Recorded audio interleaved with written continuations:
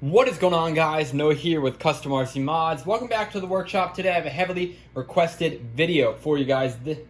What is going on, guys? Noah here with Custom RC Mods. Welcome back to the workshop. Today I have a heavily requested video which is all about my LED lighting technique for foam board or just any other airplane, RC of course. You could probably even do this on RC cars fairly easily with a little bit of modification. And this is a very inexpensive modification as well. We're just using basic little USB LEDs. These are $5 at Walmart. Around the holidays I've found them a little bit easier, but they're also available all over Amazon, and there's a few different versions, obviously just rebranded, just like most things that come from China under a generic name.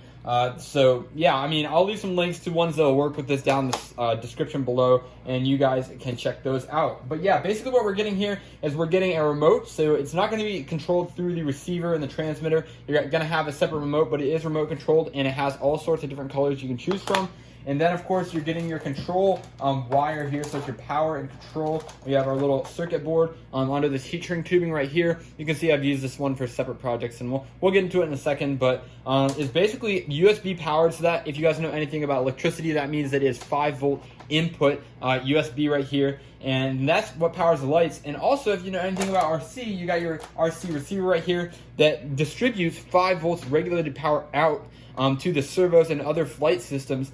So that means we can go ahead and tap into this 5 volts right here to use as the 5 volts for these lights right here. So it's super nice that we can just do this, and it's a very easy modification to do, depending on how far you want to go with it. Really, all you have to do is just go ahead and cut off wherever you want and solder on some sort of servo extension lead onto the end. And then it's good to go. I mean, all you really have to do is just take the positive, negative, solder it on to wherever you want on this power wire, and you're good to go. But hey, I think that you can go the full 9 yards here. I'm going to go ahead and solder up all of my LEDs. I'm not going to use any of the pushing in the push pins right here on the end of the actual control box. We're going to go ahead and direct solder everything just to make it a lot more durable and make sure my connections are really good, and it'll be good to go. So the first thing we're going to do for this is we're going to go ahead and get a little general plan for your plane that you're going to be doing, because obviously that's going to kind of determine how much length you're going to need on your control box, on your wires, as well as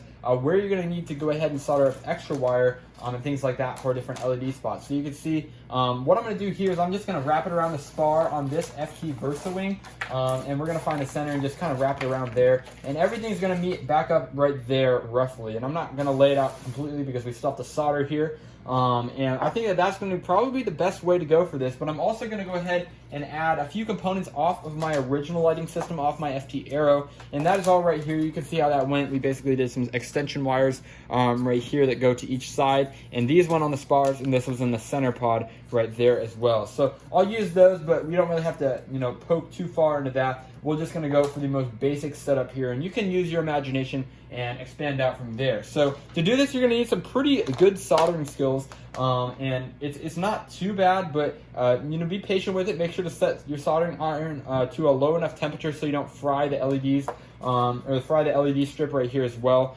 because that is not very tolerant to high temperatures for a long time.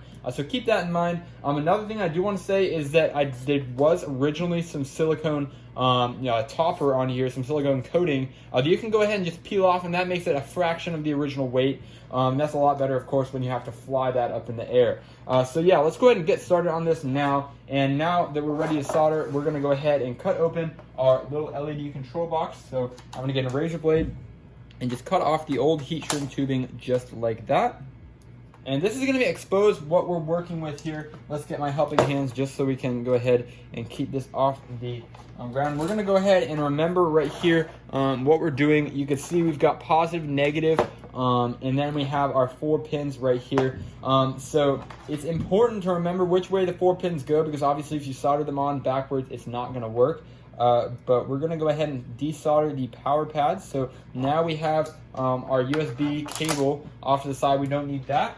And then we're going to go ahead and take our servo extension right here, and we don't need the signal wire, of course, because there's no signal being transmitted through here to your receiver. So no need to have that. We can go ahead and pry that up, and then we can rip that off there. Just like that, and pull the pin out once we've pried that little plastic ledge up there. And then I just like to separate it for a few inches there at the end. And now we're going to go ahead and strip and tin the wires and get them soldered on.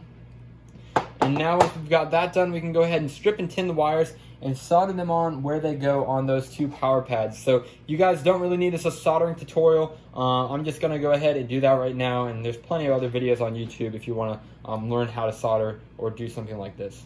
Alright guys, so now that is done, you can see we have two clean solder joints to the positive and negative pads, and we are good to go. Now we can go ahead and power this up using the receiver, and we're good to go in that sense. But now it's time to go ahead and get our LED strip out here so we can solder directly to that. And instead of using this little pin pass-through, we're going to go ahead and solder directly on. It's an option. You don't really have to do it if you don't want to, but I'm going to do it on this just for ease of actually doing it.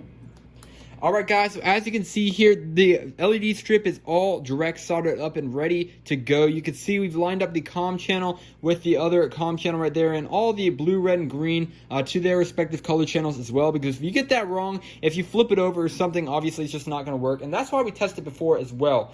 So yeah, everything looks good here. No short circuits. You can go ahead and check it up with a multimeter if you'd really like to. But I'm going to go ahead and plug it into my receiver right here. We're going to go into the aux1 port, which on this 6-channel Lemon RX is at the very bottom. Make sure that our two power wires are at the bottom end of the receiver. And then we're going to go ahead and plug this in and see if it works. So plugging it in right there, we saw the lights kind of go through there. Let's see if I can find my remote here. We're going to go ahead and turn it on, and as you can see, our lights fire up just like we want them to. But this is not enough. One color can fire up. However, we need to test all three colors, red, green, and blue, because if you don't have green, you'll still be able to see red and blue. It's not going to cut the entire thing off. So we've got red, of course, as you can see right here. We've got green, and we've got blue, and so that's really good. We've got all of our colors. So now if I want to snap to a purple, we can do that. Yellow, we can go to any of those colors in between, which is really, really good. So now I'm going to go ahead and turn that off, and it's time to go ahead and focus on the installation here. This would also be a good time if you're going to be installing any other LEDs into your plane. Make sure to go ahead and do that now before you get the first controller piece and the main lead installed. So I'm going to go ahead and do that now. I've got a few pieces that I'm going to go ahead and put down here on the underside facing downward into the actual foam here that you'll be able to see through the fuselage, through the bottom of the wing. So I'm going to do that now, and then I'll catch back up to you when it's time to go ahead and get this all installed and routed. Alright guys, so as you can see here, we went ahead and mounted all the LEDs into this wing here. If you guys are doing this at home, I think the adhesive on the back should be enough. However, I would recommend backing it up with a few dots of hot glue, especially in the angled places where it could come apart. And that's just important because obviously when you fold these wings over or do whatever to conceal the LEDs, you're going to have to dig back into your plane just to kind of refasten them if they fall apart. So definitely get it right the first time. It'll save you a lot of headache for the future. But as you can see here, we also have our two downward facing strips here as well. Really happy with these. Basically, I just used some packing tape over top, and that secured them down perfectly. This is going to be going through, obviously, the bottom of the wing, and that's going to help me keep orientation when doing night flying. It's important to think about that and how orientation will be kept, because obviously, the fact of flight, if you don't have orientation, you can't fly the airplane, you're going to crash into the ground. But yeah, we just went ahead, wired up the 4 channels here, split them out, and soldered them onto the LED strips just like we did up here. So now I've got everything all plugged in the way I want it. We're going to go ahead and plug in the battery to the ESC, and you can see right there. Here's a little sneak peek. Let's go ahead and put it on the fade channel so you can see all the colors. And we're going to fold up the wing. And I don't know if you can see that.